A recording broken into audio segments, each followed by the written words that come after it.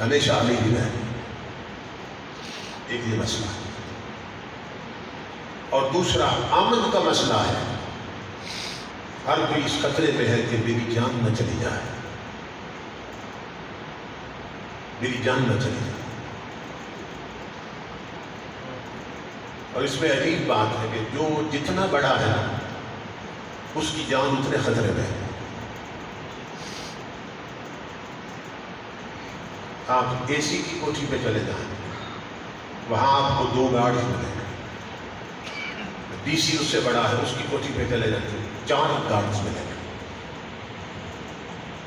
D I جی ان سے بڑا ہے، اس کی کوٹھی پہ جائیں تو آپ کو 10 ملیں گے۔ ہمارا وزیر اعظم ہے، صدر پاکستان ہے، ان کا حال یہ ہے کہ ایک روڈ سے گزرنا ہو تو 4 روڈ بند کروا دیتے۔ کیوں؟ کہتے ہیں زندگی خطرے میں ہے، کوئی حملہ نہ کر۔ تو جو جتنا بڑا ہے اس کی زندگی اتنی خطرے میں ہے۔ اس کو نہ امریکہ حل کر سکا، نہ رشیا حل کر سکا، اس کو دنیا کا کوئی ملک حل نہیں کر سکا۔ یہ 2 مین پرابلمز، ایک بھوک کا مسئلہ ہے، ایک امن کا مسئلہ ہے۔ امام الانبیاء کے غلام ہو، اس کو آج تک کوئی حل نہیں کر سکا۔ اور جو مسئلے کہیں حل نہیں ہوتے وہ مصطفیٰ کے مدینے میں حل ہوتے ہیں۔ مدینے کی طرف وہ کرتے ہیں اور پوچھتے ہیں یا رسول اللہ یہ 2 مین مسئلے، 2 مین پرابلمز، ان کا حل ہے آپ کے پاس؟ تو مدینہ سے آواز آتی ہے نادان امتی، میں نے قرآن پاک میں 15 صدیوں رہتے تجھے اس کا حل بتا دیا تھا، مگر جس کو پڑھنا تھا اسے تو نے الماری میں بند کر کے رکھا ہے، اس کا پڑھنے والا کوئی نہیں۔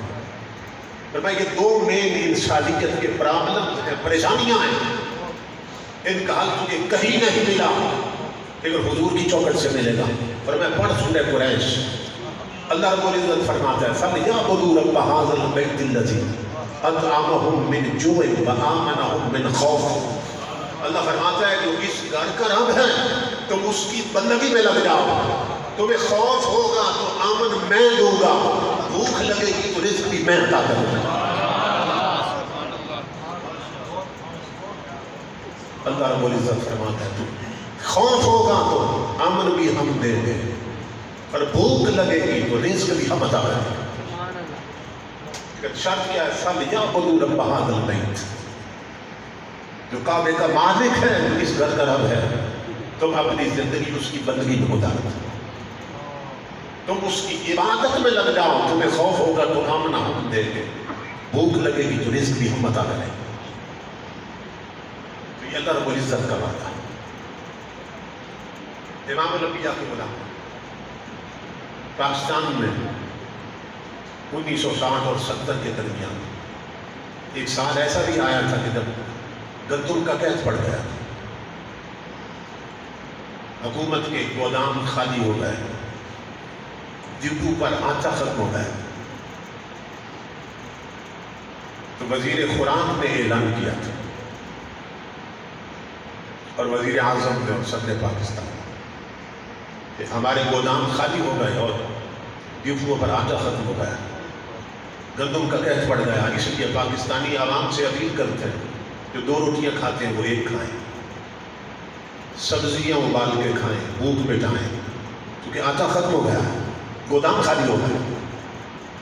ایک دن یہ اعلان وزیر کا تھا، اس کے اگلے دن تاجدار کائنات کے علامہ محمد عربی کے فقیر نے بھی اعلان کر دیا۔ یہ توجہ طلب بات ہے، ایک دن بادشاہ کا اعلان تھا، وزیر کا اعلان تھا، اگلے دن محمد عربی کے فقیر کا اعلان تھا۔ کون فقیر؟ حضرت پیر صاحب گولڈا شریف، حضرت بابو جی رحمت اللہ تعالیٰ نے، حضور سیدنا پیر میر علی شاہ کے لخت جگر، ان کے بیٹے، اگلے دن انہوں نے بھی اعلان کر دیا۔ اعلان کیا تھا محمد عربی کے فقیر کا؟ پاکستانیوں گھبرانے کی ضرورت نہیں کہ ملک بنا ہے مصطفیٰ کے نام پر، جسے حکومت کے ڈپو سے آٹا نہ ملے وہ گولڈے کے لنگر سے لے جائے۔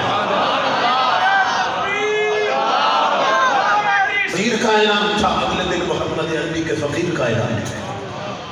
پاکستانیوں گھبرانے کی ضرورت نہیں، ملک بنا ہے مصطفیٰ کے نام پر. تیرے حکومت کے ڈیپو سے آنچا نہ ملے وہ گولڑے کے لنگر سے لے جائیں. کسی نے سوال کر دیا پیر صاحب سے، حضرت جی بہت بڑا اعلان کر دیا آپ نے، پاکستانی عوام لاکھوں کروڑوں پہ مبنی ہے، جہاں حکومت کے ڈپو خالی ہو گئے، اگر عوام کا رخ ہو گیا گولڈے کی طرف تو پھر کیا بنے گا؟ تاجدار کائنات کے غلاموں جس کی پیشانی میں شکر کے سجدے تھے، وہ اللہ کا فقیر جلال میں آ گیا. فرمایا خاموش ہو جاؤ، یہ اپنے اپنے تعلق کی بات ہے. فرمایا حکومت کا تعلق امریکہ کے ساتھ ہے، گولڈے کا تعلق مصطفیٰ کے مدینے کے ساتھ ہے.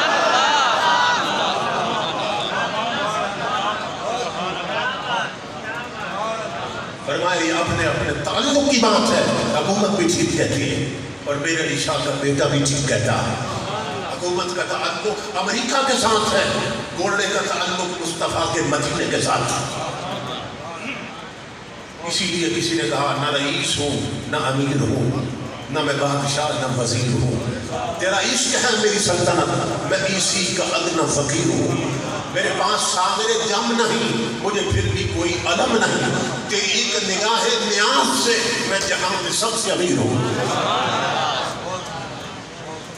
جن کی پیشانی میں شکر کے سجدے ہوتے ہیں ان کے چولہے کبھی نہیں بجھتے، ان کی نعمتیں کبھی ختم نہیں ہوتی.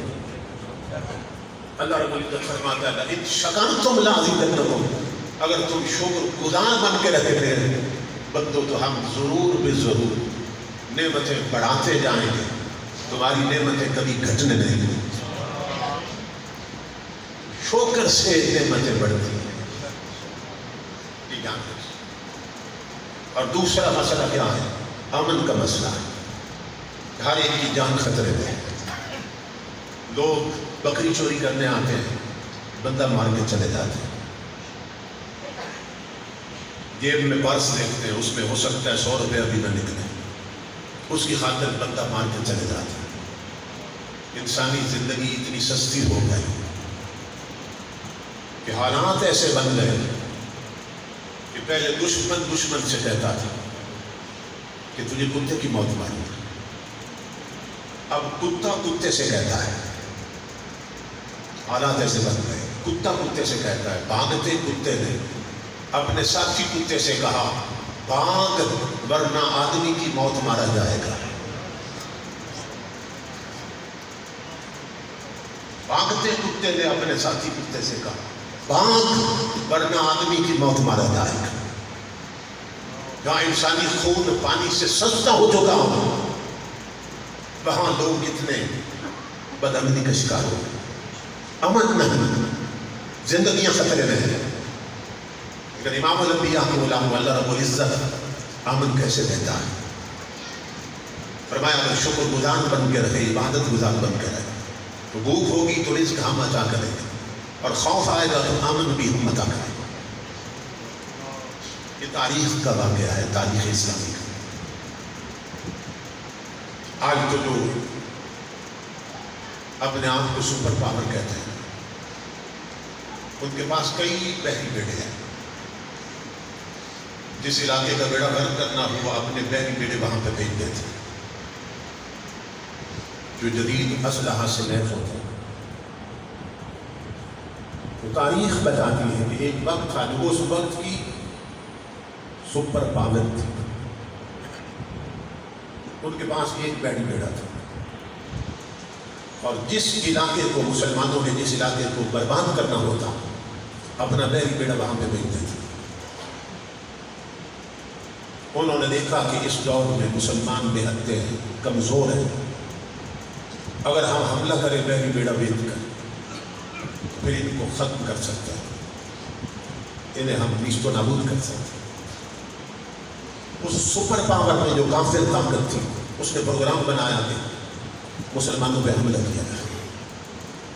لیکن امام الانبیاء کے غلام اس دور میں مسلمانوں کا حکمران کوئی ہجڑا حکمران نہیں تھا، محمد عربی کا سچا غلام تھا. کون؟ حضرت صلاح الدین ایوبی رحمۃ اللہ. جو تاجدار کائنات پہ 500 بار درود پڑے بغیر کبھی سویا نہیں تھا، جس کی خیرات مصطفیٰ کے مدینے سے آتی، اس کا دور تھا حضرت صلاح الدین ایوبی کا دور تھا۔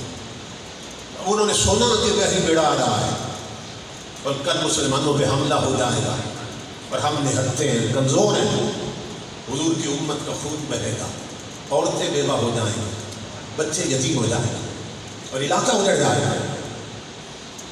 ایک رات باقی تھی، صلاح الدین ایوبی نے کیا کیا؟ اس نے اپنی فوج کو اکٹھا کیا اور انہیں کہا مجاہدوں، وقت بہت تھوڑا رہ گیا ہے، بحری بیڑا آ رہا ہے مسلمانوں کو برباد کرنے کے لیے، ایک رات ہے ہمارے پاس، ایسا کرو 2 کام ہیں ہم تقسیم کر لیتے ہیں، ایک کام تم کرو ایک میں کرتا ہوں، تم آج رات کے لیے میدان اور مورچے سنبھال دو، میں آج رات کے لیے مصطفیٰ کا مسلح سنبھالتا ہوں۔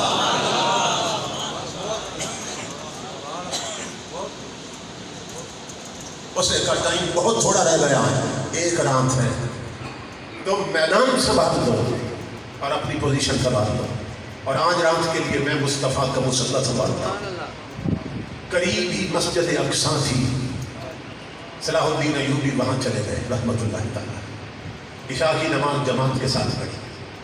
جب سارے نمازی نکل گئے مسجد سے تو سلطان صلاح الدین ایوبی نے اندر سے کنڈیاں لگا دی اور خود آیا درمیان میں مسجد کے اور اپنا تاج اتار کر کشکول بنا کے زمین پر رکھ دیا اور سجدے میں سر رکھ کے رویا، میرے مولا میں جانتا ہوں یہ میری شامت اعمال ہے، یہ میرے گناہوں کا نتیجہ ہے جو ایک حملے کی شکل میں آ رہا ہے، میرے مالک مگر تو جانتا ہے میں تیرے محبوب پر درود پڑے ہوئے کبھی سویا نہیں ہوں،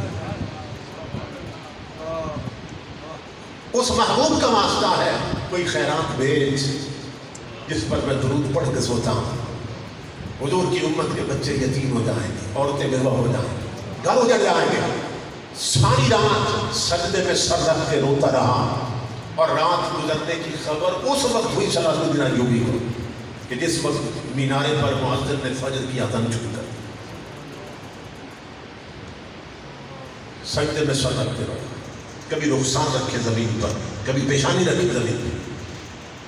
مؤذن نے فجر کی اذان دی، اس نے اندر سے کنڈیاں کھولی، لوگ آئے نماز پڑھنے، فجر کی نماز پڑھ کے جب لوگ نکلے صلاح الدین ایوبی بھی مسجد سے نکلا، جب یہ نکلا تو مسجد کے مین گیٹ پر پھٹے کپڑوں میں ایک محمد عربی کا فقیر کھڑا تھا، اس نے یوں بازو پھیلا دیے، اس نے کہا صلاح الدین بیٹا آؤ میرے سینے لگ جاؤ، سینے لگا کے ماتھا چوما، کہا صلاح الدین تجھے مبارک ہو، تیرے رات کے آنسوؤں نے دشمن کا بیڑا غرق کر دیا ہے۔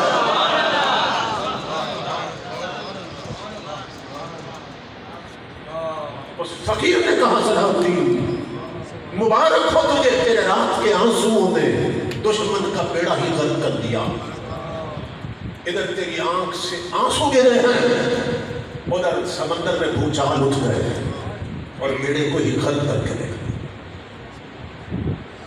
اس لیے اللہ رب العزت فرماتا ہے میری نعمتوں کا شکر ادا کرو، اگر میری نعمتوں پر شکر کرتے رہے لوگوں تو ہم وعدہ کرتے ہیں کہ نعمتیں کبھی گھٹنے نہیں دیں گے۔